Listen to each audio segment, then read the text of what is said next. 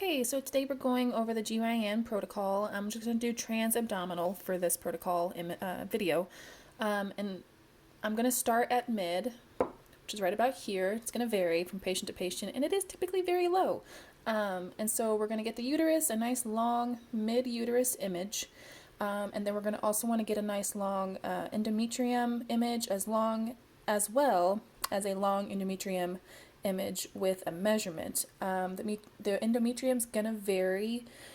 I looked it up on Radiopedia earlier, and when a woman is menstruating, she's going to be between 2 and 4 millimeters. And then once she's in her early proliferate phase, I believe it's going to be 5 to 7 millimeters.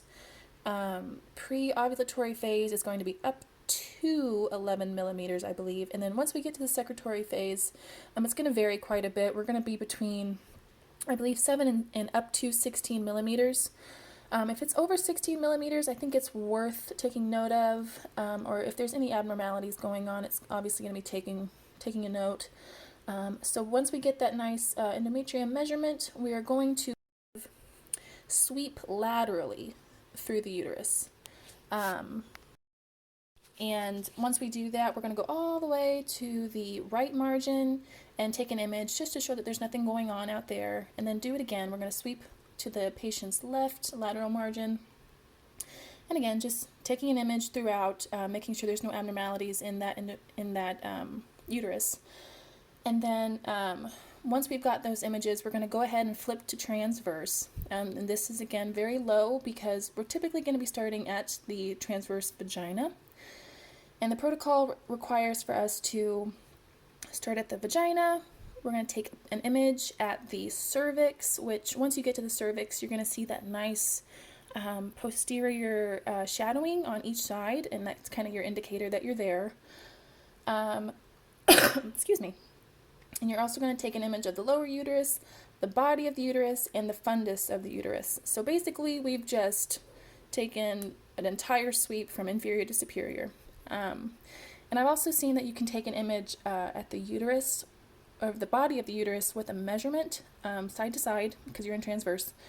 And so once we've completed that, we're going to go back too long, and we're going to find our ovaries, which, can prove to be a little bit tricky. So we're going to start on the patient's right side, and we're going to find it kind of snug up against the urinary bladder. And that bladder should be nice and full, or we're not going to be finding any of this. And we're going to take a nice long right ovary image, and we're going to do an image of that, and then we're also take another image of an AP measurement, and then we're going to flip it in trans. And again, we're going to take a nice trans image, and we're going to do a side to side, which is with measurement.